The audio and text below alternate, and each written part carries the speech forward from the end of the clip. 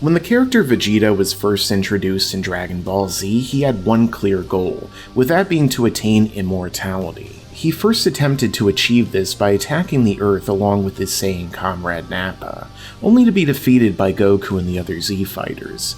The next time he tried to attain eternal life was on Namek shortly thereafter, a plan that resulted in his own death at the hands of Frieza, the very tyrant he intended to supplant. After his resurrection and Frieza's defeat, Vegeta never sought out immortality again. Furthermore, despite having numerous chances to make it happen, the Saiyan Prince elected not to, in favor of relying on his own power. For Vegeta, the idea of immortality likely became a crutch to him, a means of cheating to overcome a stronger foe rather than doing it through his own strength alone. This was likely further cemented in his mind with Goku's victory over Frieza. After all, it was his desire to defeat his overlord that led to Vegeta seeking the Dragon Balls in the first place. So if a low-class Saiyan could achieve the legendary form greater than all others, certainly he could too. An idea that was proven to be correct in the very next arc. However, what if Vegeta actually got his way early on and attained immortality? How would this change the story and Vegeta himself as a character? Well, let's get into that now, but first make sure to subscribe and enable all notifications so that you can stay up to date with all of my future videos. So let's begin with the setup for this scenario, which I think would be best to place on Namek as opposed in the Saiyan saga, because even though there was a chance of Vegeta attaining immortality in the Saiyan saga, let's say if he were to possibly, torture Piccolo and get the information out of him somehow, and then make a wish all before Goku arrived, maybe it wasn't so realistic. But hey, I'm still leaving it open because I'm sure someone will comment that. And I think it makes sense for Vegeta to make that wish probably around the same time that he did on Namek originally. However, in this case, things would be different. Because let's say in this scenario that instead of taking that nap, Vegeta decided to stay awake, which allowed him to be there when Dende showed up and aware of what was going on, likely interrogating him and finding out Dende's plan to give the others the password so they can make their wishes. As a result, Gohan and Krillin wouldn't spend the extra time sneaking off the Dragon Balls to go make a wish somewhere else. Instead, all of them would probably start to make their wishes right then and there. This is when they would summon Porunga, who at that point would tell them that they could make 3 wishes. And this is where Vegeta's first decision comes up. Does Vegeta wait for the others to make their 2 wishes before he takes his own, or does he do it right away? Considering that Vegeta was pretty paranoid on Namek and constantly striving to make that wish come true, I suspect that he'd probably make his wish right away, before Gohan and Krillin. And with this, Vegeta would attain immortality from Porunga. However, what happens immediately after then is another decision. Does Vegeta allow Gohan and Krillin to bring back the other Z fighters, particularly Piccolo, to allow them to use the Earth Dragon Balls? Or does he instead turn his back on them and kill them? Now, even though it does seem like something that villainous Vegeta would do at this point, I'm pretty doubtful that he would just kill Gohan and Krillin. He'd probably be so elated that he was able to achieve his wish that he would either give them a slight reward or allow them in his arrogance to make their wishes. After all, whether or not they make those wishes is pretty much irrelevant to him, considering that it's not likely that they're just going to wish away his immortality. After all, they only have a couple wishes left anyway. So they would likely wish back Piccolo with their first wish, and with the second one, it's kind of up in the air. There's a chance that they would wish him to Namek, but with Vegeta being immortal, it may seem like a moot point to them. However, with Goku recovering in the healing chamber, I feel like they'd probably bring Piccolo anyway, just as a kind of insurance against Vegeta. Because even though he wouldn't be able to kill Vegeta, he might still be able to hold him back a little bit, especially after his training with King Kai. So with that being said, what would happen after this? Well, I suspect that Frieza would probably charge in just like he did before, incredibly irritated and full of rage at the fact that he was robbed of his own wish for immortality. At which point, he'd probably try and begin a fight with the others. However, again, things here would be quite different, because of the fact that Vegeta would be immortal. Something he would no doubt be boasting about once Frieza arrived, telling him that he is now something even greater than the Super Saiyan, which is the immortal prince of all Saiyans, or something like that. So in this case, I'm sure that the fight with Frieza would play out kind of similarly to how it did at the start of their fight in the first place, where Frieza and Vegeta have a test of strength, kind of like Hulk Hogan versus the Ultimate Warrior at WrestleMania, and Frieza being shocked by Vegeta's power, which then leads to Vegeta provoking Frieza into transforming just like he did originally, foolishly thinking that all of them together could take him. And of course, with his second form and other forms after that, Frieza would be far more powerful than Vegeta and the others. But the question is, would this power really make that much of a difference? After all, nothing that Frieza could do here would allow him to actually kill Vegeta. And as we saw with other immortal characters in the Dragon Ball franchise, such as the non-canon Garlic Jr. and Dragon Ball Super's Zamasu, any damage that would be inflicted on Vegeta would be pretty much instantly regenerated, even if they tried to vaporize him. However, just because Vegeta has this great defensive ability doesn't mean that he has a greater offense as a result.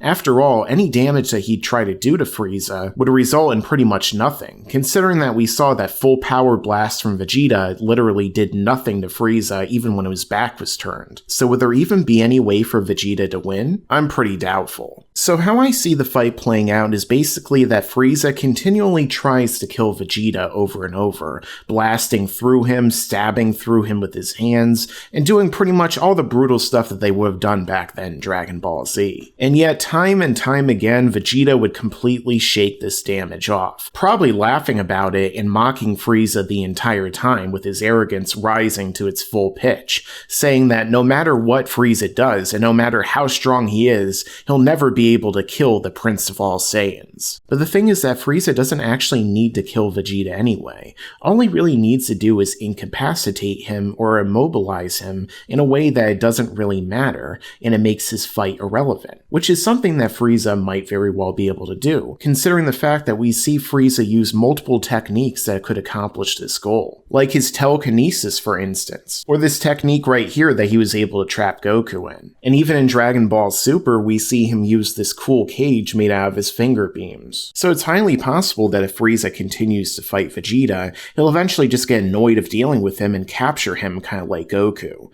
and make it where it's impossible for him to escape. Impossible, unless of course he gets a bunch of Zenkai boosts, which becomes another big question that we need to ask: would Vegeta or any Saiyan who is immortal actually still continue to get Zenkai boosts? Because for those who are unaware, the Zenkai boost has kind of changed over the years, with it originally being stated by Vegeta in this arc to be a power boost that Saiyans would receive after being pushed to the brink of death and recovering. We see both Vegeta and Goku use this ability time and time again throughout the Namek saga, with Goku getting Zenkais during his training on the way to the planet, and Vegeta getting them after he was beaten down by Goku, and then Zarbon, and then Recoome, and then finally after being blasted through by Krillin. But the key words here are near death, as in a character who is pushed to their literal near death. But with Vegeta, if he's immortal, can he ever actually be pushed to his near death? Would his ever regenerating body actually accept that it's being pushed to that death state that would allow it to then rebound and come back even stronger than ever? If so, then Vegeta's going to get so many Zenkais during his fight with Frieza that he might just surpass his final form before Goku even wakes up from his chamber, especially considering my active threat Zenkai theory that I discussed in this video here, where I talk about how the Saiyans scale up to the active threat at the time, which explains all the ridiculous boosts in power they get. However, if Vegeta stops getting those Zenkai boosts, then he's in a really significantly bad way here,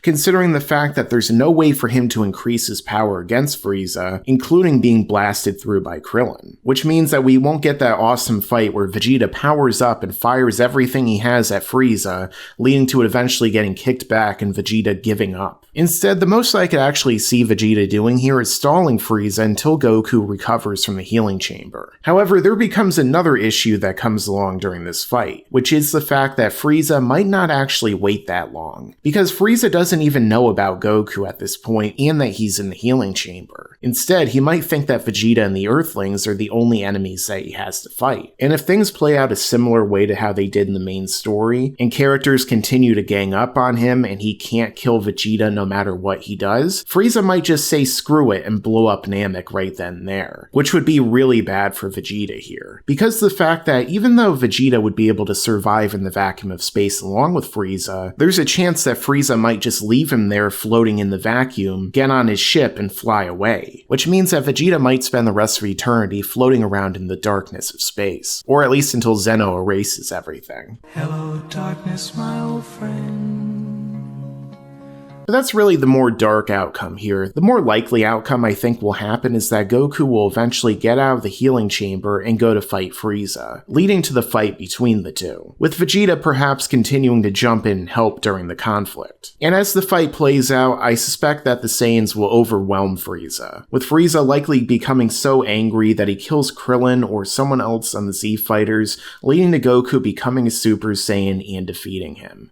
And maybe this time Namek will actually survive the fight, because maybe Frieza will go to blast the planet and Vegeta will jump in the way and get vaporized and then just come right back to life, totally defusing Frieza's entire plan. I mean, I doubt it, but who knows. Either way, I think the biggest changes that would happen in this arc would be Vegeta teaming up with Goku, and perhaps the two of them defeating him together. Although I suspect that after this point, with Goku's newfound power and the Super Saiyan transformation, Vegeta would realize that his immortality simply isn't enough for him. And much like in the main story, what Vegeta truly craves now is to increase his own power and take his place as the most powerful Saiyan that he believes he should be as the Prince of all Saiyans. So this will likely lead to everyone returning to Earth much like they did in the main story, probably being wished back there during the course of the fight. Goku will vanish off into space, and Vegeta will probably be wished to the Earth much like in the original story. Maybe with Goku doing it as kind of a screw you to him in this story, because Goku's the one who wants to defeat Frieza one-on-one. It seems like something that he might do. This will lead to Vegeta living his life on Earth, waiting for Goku to return, which he eventually does over a year later when Frieza and King Cold come to the planet. However, the question in this situation is, does future Trunks actually appear and kill Frieza and King Cold? Because with Vegeta being immortal, would all the Z Fighters actually be killed by the androids? Or would perhaps Vegeta find some kind of way to stop them? Well, in the case of Vegeta having immortality, I think that there's actually a real chance that he could actually do something and stop the androids in the future. So let's explore that further in this scenario. Now, things would likely play out the same way that they did in the original timeline here, with Goku arriving using instant transmission to kill King Cold and Frieza, which I described in detail in this video here. Then, not too long after, Goku would get the heart virus and die from it, potentially leading to him and Vegeta never really getting their rematch. With that being said, I suspect that Vegeta would only continue to train after he saw just how powerful Goku had become. And with Vegeta's immortality, he would actually be able to train far harder than ever before. That's because he wouldn't be bound by the same kind of natural limits that his body was in the original timeline. Given the only portrayals that we've seen of an immortal in the story, it seems like they don't really have any issues with stamina or ever growing tired. We never really see Zamasu sleeping or really that exhausted. The only time we see something like that is after he escapes from the Mafuba, which seems like it was probably more of an example of that power rather than anything else. So as a result, Vegeta could possibly train himself constantly without getting injured or ever really getting tired. And not only that, but he would also be able to train under even higher gravity than before, because whereas Vegeta normally would have to worry about his body being crushed and not being able to recover from it and obviously being killed, this Vegeta wouldn't have that issue, and he can continually turn up the gravity and get stronger and stronger as it goes along, and potentially just turn it up as high as it goes and crush himself into a pancake just to exploit those Zenkais time and time again,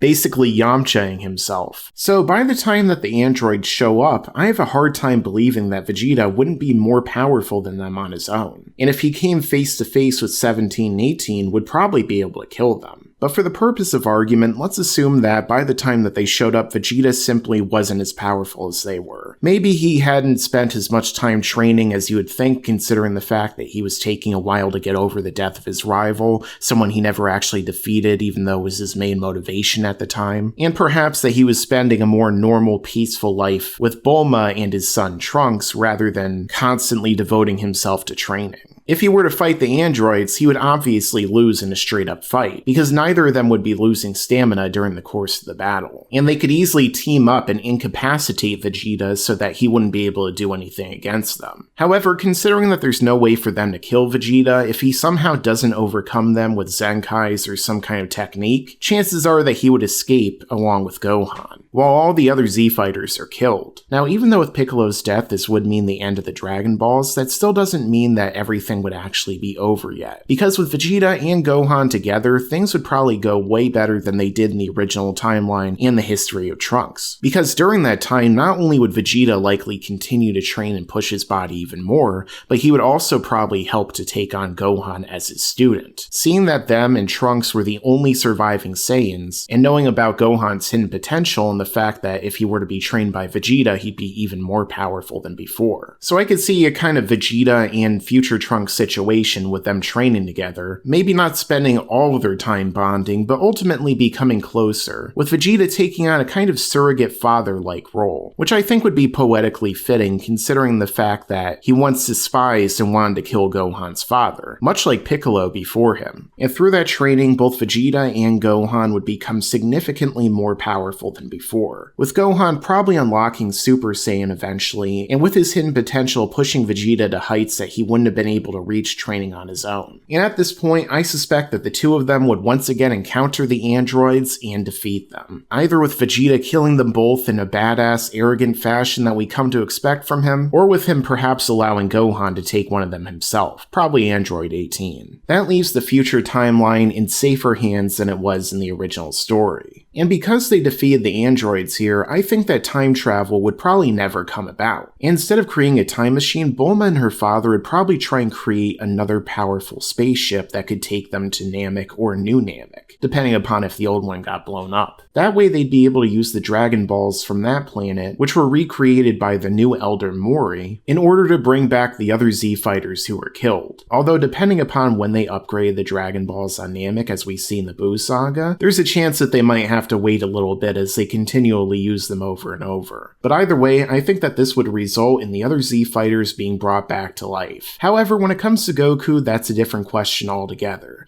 because after all, Goku died from natural causes, not to mention that years would have passed since he died in the story, and everyone, including him, might have moved on. So I think that there's a strong chance that Goku wouldn't come back to life here, at least not in any permanent capacity. Instead, the strongest warriors on Earth would be Vegeta and Gohan after him. Although considering how Gohan's power continues to increase, there's a chance that he might eventually surpass Vegeta too, or at least be the only person capable of somewhat keeping up with him, considering his new advantages with immortality. After this, we would move into the Buu saga. However, when exactly this would happen in this timeline is something that we're not entirely sure of. And the reason for that is what we saw in Dragon Ball Super's Future Trunks arc, when Trunks told everyone about how he defeated Dabura and Babidi, and stopped them from awakening Majin Buu. Now, this actually happened significantly later in Trunks' timeline than it happened in the main story. Because for those who are unaware, when Trunks went back in time to give Goku the heart virus medication, he came from 20 years in the future, which lines up with around the same time that Goku flew away with Oob at the end of Dragon Ball Z. Because there was a 3-year gap of training, 7 years before the Buu saga, and 10 years before the encounter with Oob. After Trunks defeated his androids in the future, 3 years passed before Cell arrived and Trunks defeated him as well. And then after that, years passed before Babidi and Dabura show up. So this means that they showed up probably over 15 years after they showed up in the main timeline. Now, whether or not this is a result of butterfly effect, or perhaps that they sensed that there wasn't that much life on the planet after the androids wiped out most of humanity, either way we know it took a very long time. But let's say in the worst case scenario that they showed up around the same time that they did in the main story. Well, this would give Vegeta, Gohan, and the others 7 years of time in which they could have grown even more powerful. And I think that maybe in this version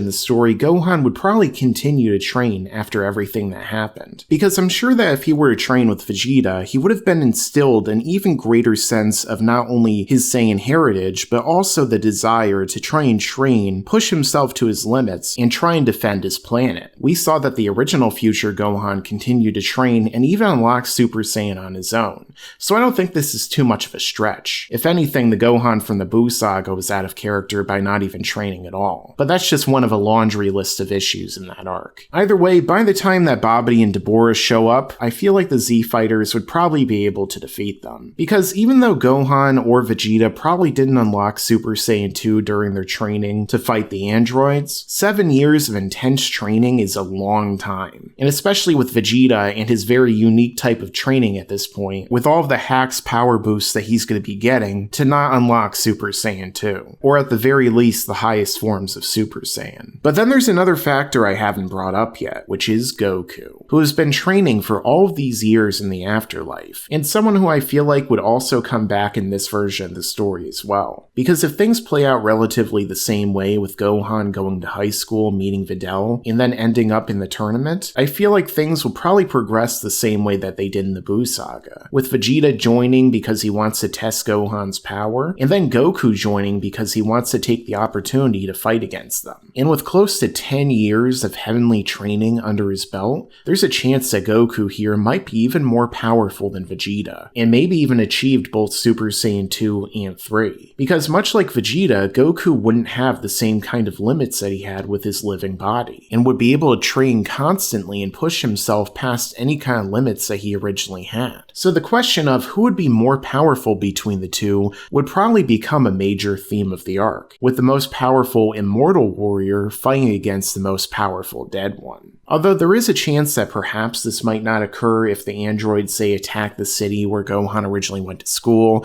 or maybe even killed Mr. Satan and Videl before they got the chance to meet, but I think there's an equally strong chance that it does. Especially if Gohan and Vegeta surpass them quickly. And not to mention that when they bring Piccolo back, they would also be able to bring everyone else back with the Earth Dragon Balls, which would continue to exist with Kami likely remaining the Earth's guardian, considering the fact that Piccolo and him never really needed to fuse. And as a result, Piccolo would also likely be significantly weaker than he was by this point in the story. Not that he even needs that power in this arc anyway. Now another question becomes, who do Yamu and Spopovich try and steal the energy from? Do they once again jump on Gohan when he becomes a Super Saiyan for Kibito, assuming that the drawing plays out the same way? Or do they instead wait for the stronger Goku and Vegeta to have their fight and steal their energy? Chances are that they probably go with the original pick and take Gohan's, which would be even less at this point in the story than it originally was, and as a result would fill up Majin Buu's meter even less. This is when Goku and friends would go to Babidi's ship, fight his henchmen, and then get to the point where Vegeta originally became Majin Vegeta.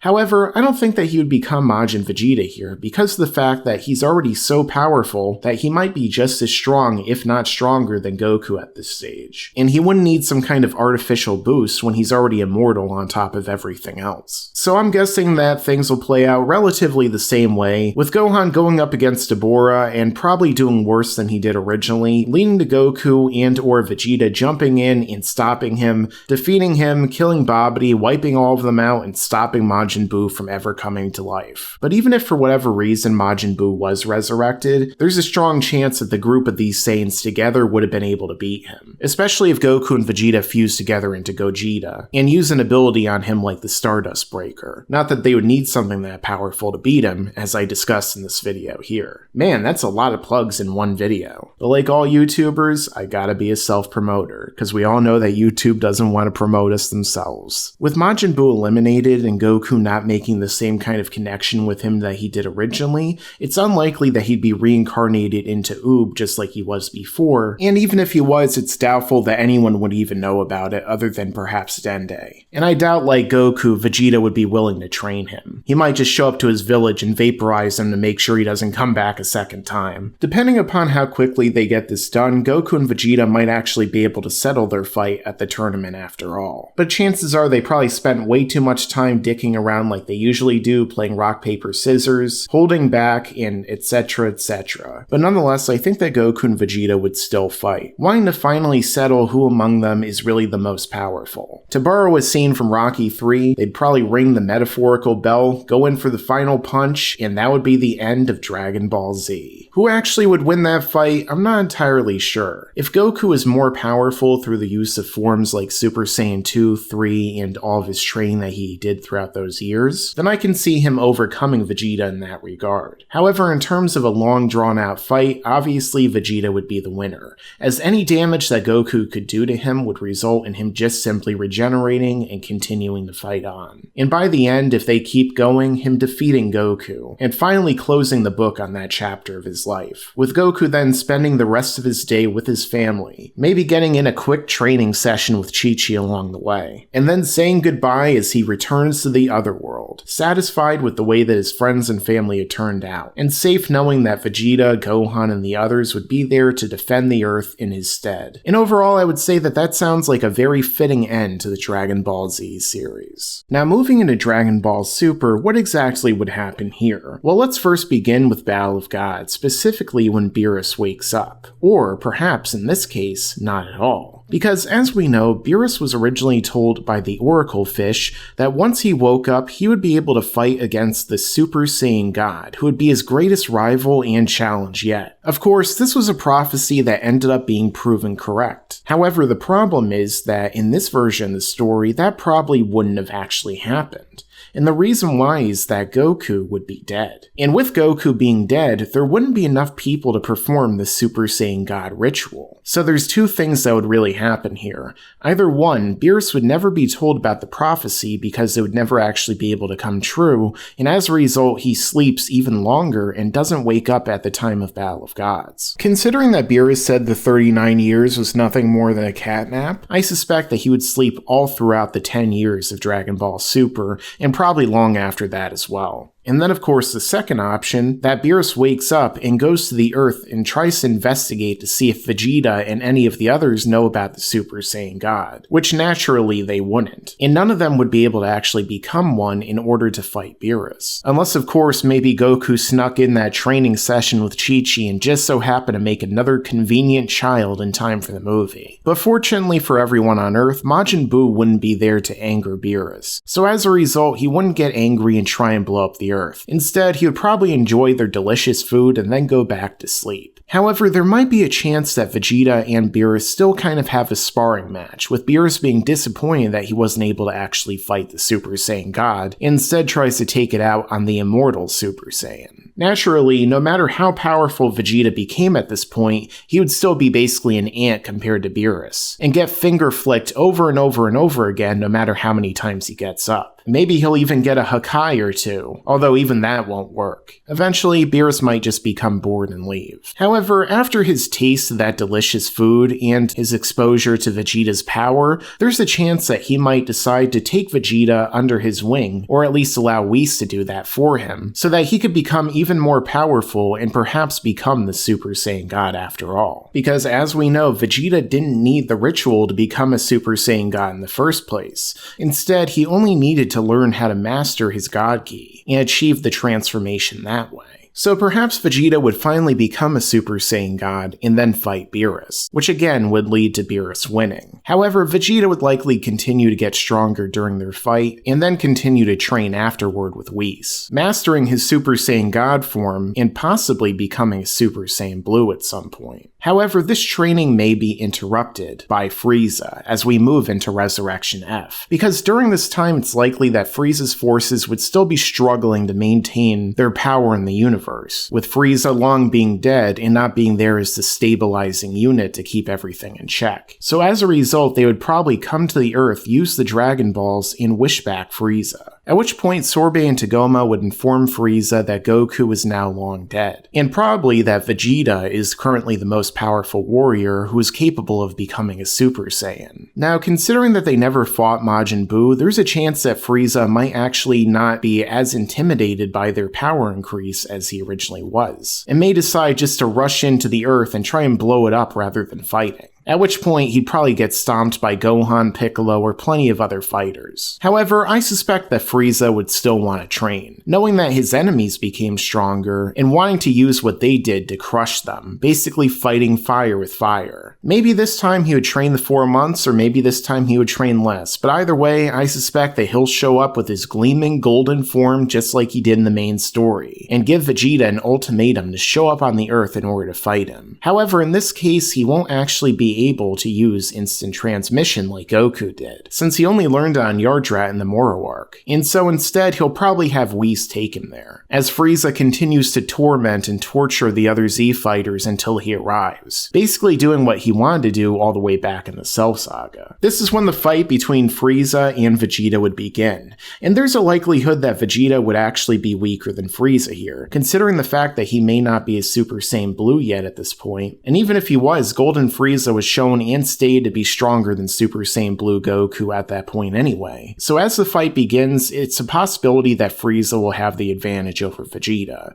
but as the fight continues to go on, this advantage will deteriorate, as Frieza's stamina begins to run low on him, until eventually he can't even hurt Vegeta at all, and gets knocked out of his form altogether. Now hopefully in this case Vegeta wouldn't be an idiot and allow himself and the plan to get completely blown up. But even if he does, I suspect that Vegeta would probably spend his time floating in the void, beating the crap out of Frieza, and finishing him off there, in space, where no one can hear his screams. You get it? Because he looks like a xenomorph. Aren't I clever? After this, Vegeta would likely encounter Champa for the first time during his training with Whis, and find out about the other universes in the multiverse. However, without Goku there, it's unlikely that Vegeta would propose the idea of a tournament between the two universes, instead observing their food judging competition and then probably getting back to his training after Champa leaves. As a result, there's a chance that maybe Champa would eventually gather all of the Super Dragon Balls together. What exactly he would wish for is something that we don't entirely know.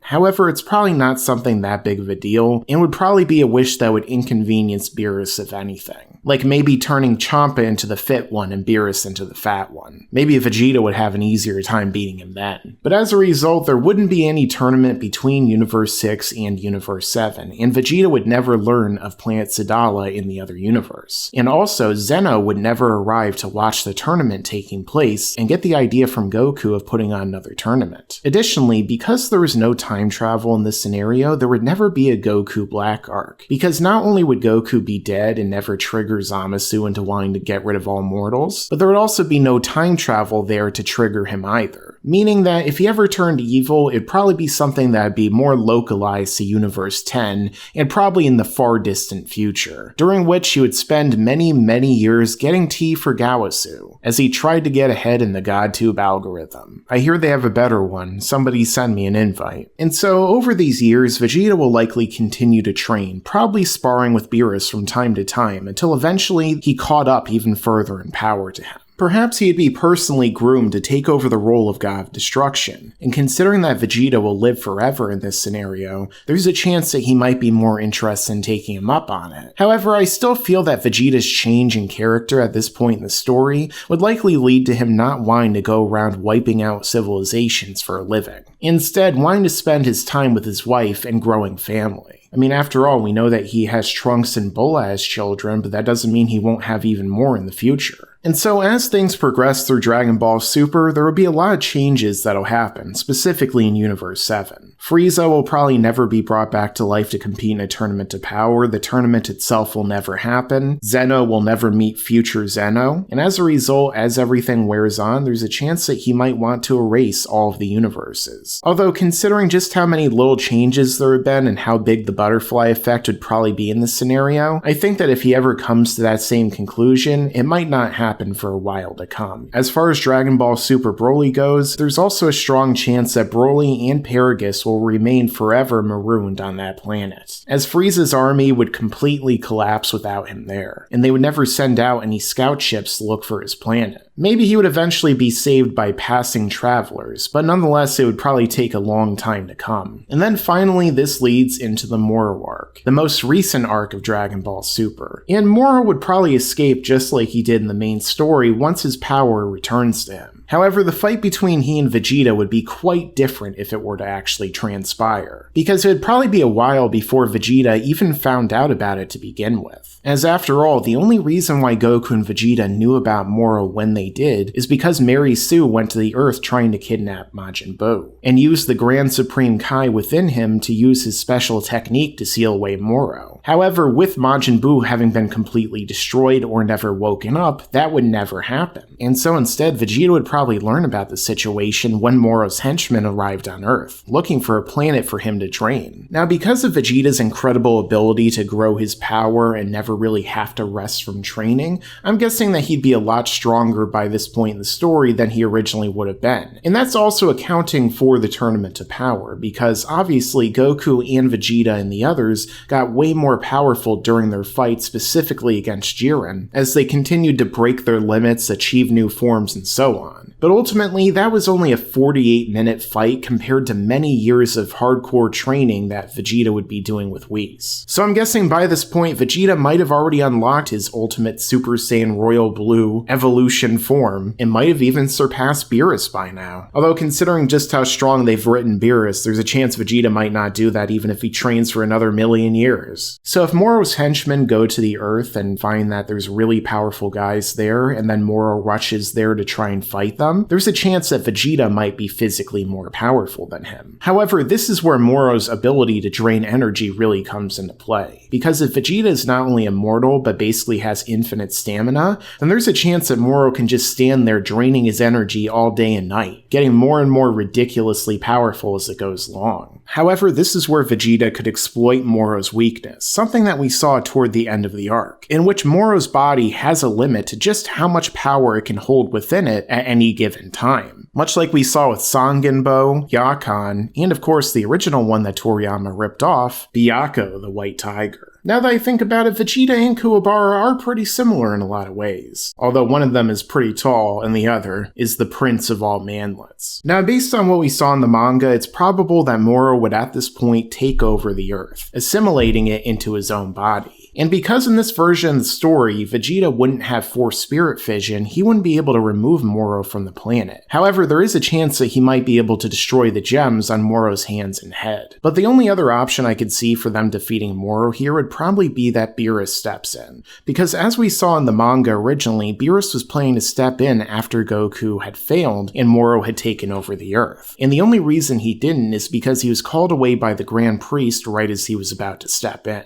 However, in this case, things would be happening a lot sooner. So there's a chance that once Beerus and Whis see what's going on in the Earth, they show up in an effort to help. And realizing that Vegeta is up against someone that he probably can't beat, Beerus uses some kind of technique to remove Moro from the planet and maybe seal him away or just completely destroy him. For all we know, Beerus might be able to Hakai the essence of Moro inside of the planet, totally erasing him but leaving the planet itself intact. Or maybe he can just seal the essence of Moro within a Z-Sword, kind of like he did to the old Supreme Kai. Or maybe he was just going to Hakai the planet and leave it at that. I mean, that does kind of seem like something Beerus might do, although unfortunately he would lose out on all of that delicious food. So with that being said, assuming that Vegeta and company win, there's a lot of possibilities for what can happen after this. It's also around this time that Cell would awaken from his incubation, which would happen roughly 3 years after the 10-year time skip, assuming that the androids or Vegeta didn't blow up Dr. Gero's base, including his underground bunker. However, at this point the androids would be long dead, and there would be no time machine, considering that there is no need for time travel. As a result, Cell would never be able to achieve his perfect form, unless of course he gathered up the Earth's Dragon Balls and used them to wish back the androids, only to then absorb them. However, that's pretty unlikely, and even if he did that, if he were to encounter Vegeta, Gohan, or some of the other Z fighters, he'd probably be easily defeated. And specifically talking about what could happen after this, in an alternate timeline or continuity, there's Dragon Ball GT. And there's a reason why many people call it Goku time, because without Goku there, this series would basically not even exist. Literally in this case, because the entire thing was spurred on by Emperor Pilaf going to Kami's lookout and finding the Black Star Dragon Balls, which he used to turn Goku into a kid, spawning the adventure into space in which they encountered Baby, and things kind of went from there. However, in this situation, this never would have actually occurred because Goku is dead.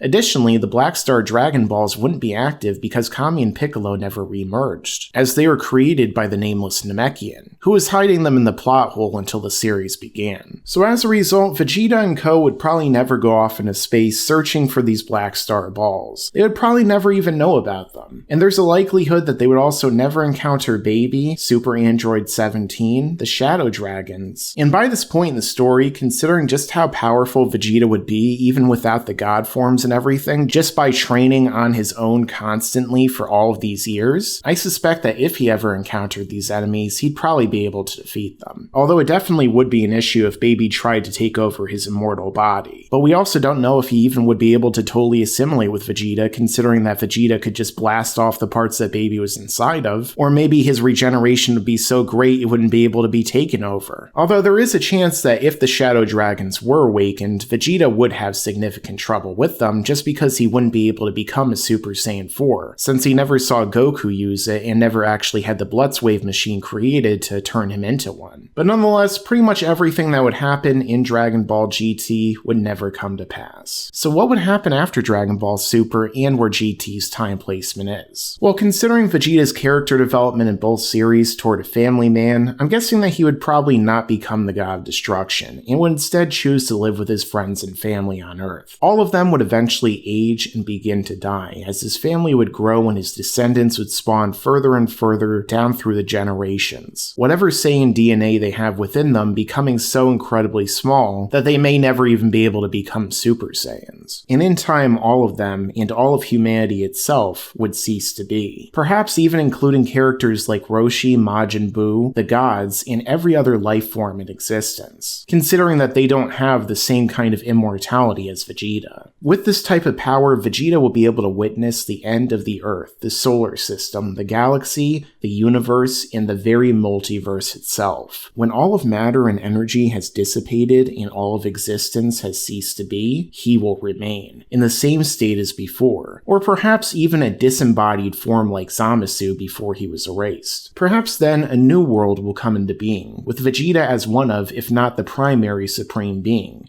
kind of like Galactus in the Marvel franchise. Or perhaps Vegeta, with his immense power that he attained over millions or billions of years, will even create his own universe, bring back all those that he once cared for and living with them in a new world of his own, where he's always stronger than Kakarot, but just barely, and still needs to push himself in order to stay ahead. Or perhaps even before that, he'll use the Dragon Balls to remove his immortality from himself, satisfied with his power and his long life, and then will go and join everyone in the afterlife. Because all things must eventually end, and I suspect that all of that time and contemplation will likely lead to Vegeta arriving at this conclusion. So that has been What If Vegeta Became Immortal in Dragon Ball Z? Let me know your own thoughts down below in the comments. Make sure to subscribe and enable all notifications so you can stay up to date with all of my videos. Thanks for watching, and make sure to stick around because there's a lot more to come in the future. Yeah, and you better subscribe.